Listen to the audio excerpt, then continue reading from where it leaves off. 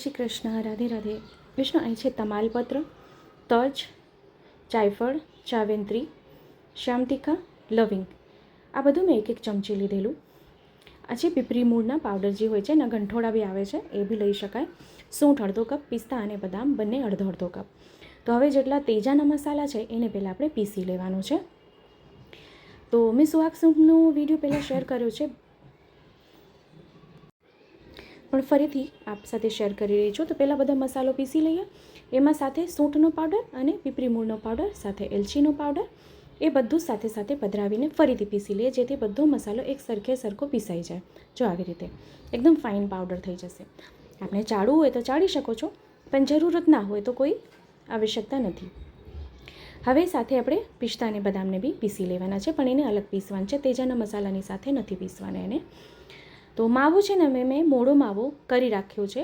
1 litre દૂધનો મોડો માવો મેં અહીંયા કરી રાખ્યો છે, કારણ કે ઘણા વૈષ્ણવની એવી મને કમેન્ટ આવી હતી કે માવામાં કેવી રીતે કરાય, દૂધ માવામાં કરવું હોય તો કેવી રીતે કરીએ. તો આ માવો મેં કરી રાખ્યો છે. 1 લીટર દૂધનો મેં માવો અહીંયા કર્યો હતો, બરાબર. તો હવે આપણે માવાને પહેલાં ઘીમાં શેકી લેવાનું છે. તો મસાલો છે ને પહેલાં આપણે સરખું ઘીમાં શેકી લેવાનો છે. મેં અહીંયા મોડો જ માવો કર્યો છે, મીઠો માવો નથી કર્યો, જેથી હું આપણે સમજાવી શકું કે આપણે સાકરનો ઉપયોગ અહીંયા કેટલું કરવાનો છે. તો માવો સરખો આમાં શેકી લઈએ આપણે. એટલે માવો તો તૈયાર છે, પણ માવો શેકાશે ને એટલે ઢીલું થશે, ઢીલું થઈ જશે. તો આપણે એવું લાગશે કે ફરી ઢીલું થઈ ગયું, પણ ઢીલું થશે જ. ને અમે છે ને મોસ્ટલી ગોકુલ દૂધ વાપરીએ છીએ. આપને બીજા કોઈ બી દૂધ વાપરવું હોય તો તબેલાનું દૂધ છે, ડેરીનું દૂધ છે, કે બફેલો મિલ્ક છે, આપને ગાયનું દૂધ છે, કોઈ બી વાપરી શકો છો આપ. હવે આમાં લેવાની છે આ 1 કપનો માપ છે, બરાબર. તો મેં 1 લીટર દૂધ લીધું હતું.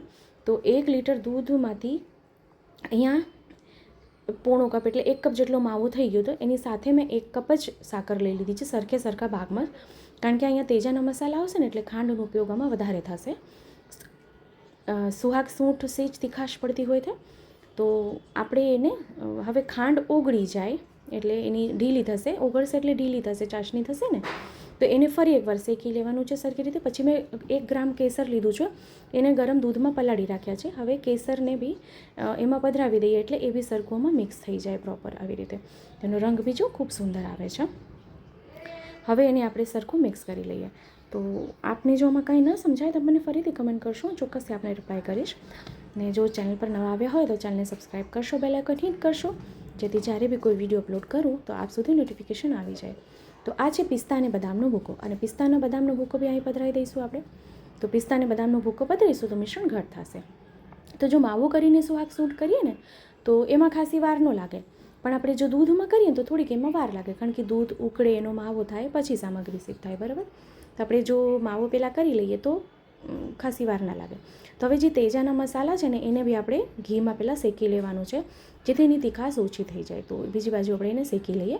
એક બાજુ માવો થાય છે ત્યાં બીજી બાજુ આપણે એને કરી લઈએ. તો સરખું શેકાઈ જાય પછી આપણે એને માવામાં પધરાવી દેવાનું છે. તો જો વિડીયો ગમે તો આપણા ગ્રુપમાં શેર ચોક્કસથી કરી દેશો, જેથી શું છે કે વધુથી વધુ લોકો સુધી વિડીયો પહોંચી શકે અને એને પણ વિડીયો ઉપયોગી થઈ શકે. તો આ તેજાના મસાલામાં આપણે સરખા શેકી લઈએ, ધીમી આંચે શેકી લઈએ. તો આ બીજી બાજુ આપજો તો એનું મિશ્રણ ઘટ થાય છે. એનો રંગ બી આપજો, કેટલો સુંદર એનો રંગ આવ્યો છે.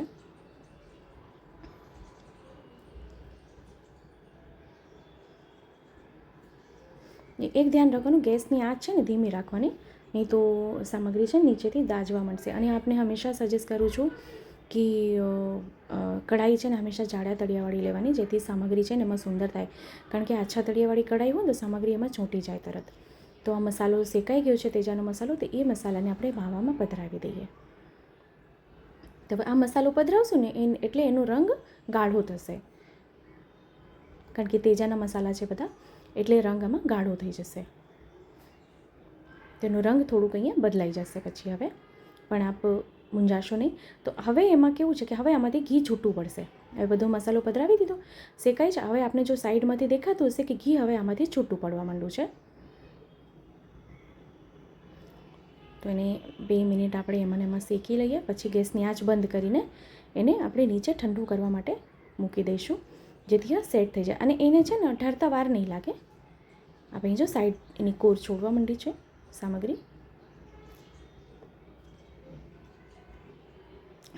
આજે આપણને પહેલાં લાગશે કે હજી ઢીલી છે, પણ આ ઠંડી થઈ જશે ને એટલે સુંદર સેટ થઈ જશે. કારણ કે અત્યારે વાતાવરણ બી ઠંડુ જ છે. તો અહીંયા જો ઘણું ઘટ થઈ ગયું છે.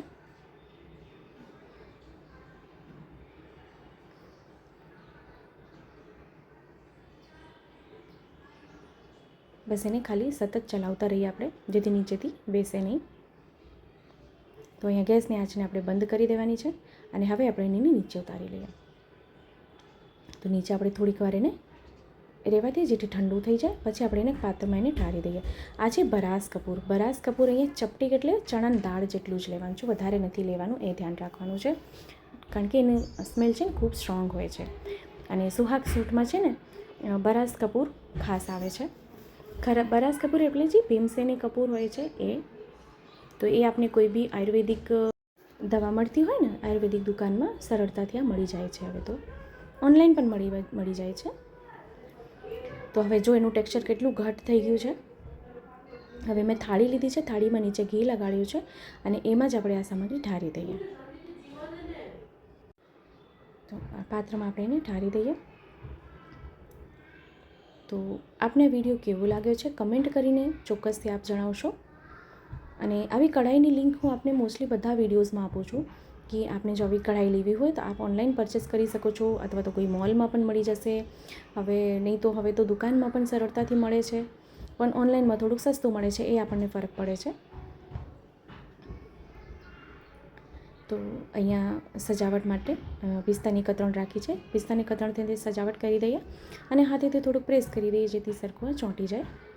અને ઠંડુ થાય, એકદમ પ્રોપર ઠંડુ થઈ જશે, એક દિવસ રહેશે ને સામગ્રી તો એની ટૂંક સરખી થઈ જશે. પણ અત્યારે હું આપને દેખાડવા માટે સેમ ડે ખાલી ટૂંક કરીને આપને દેખાડી દઉં.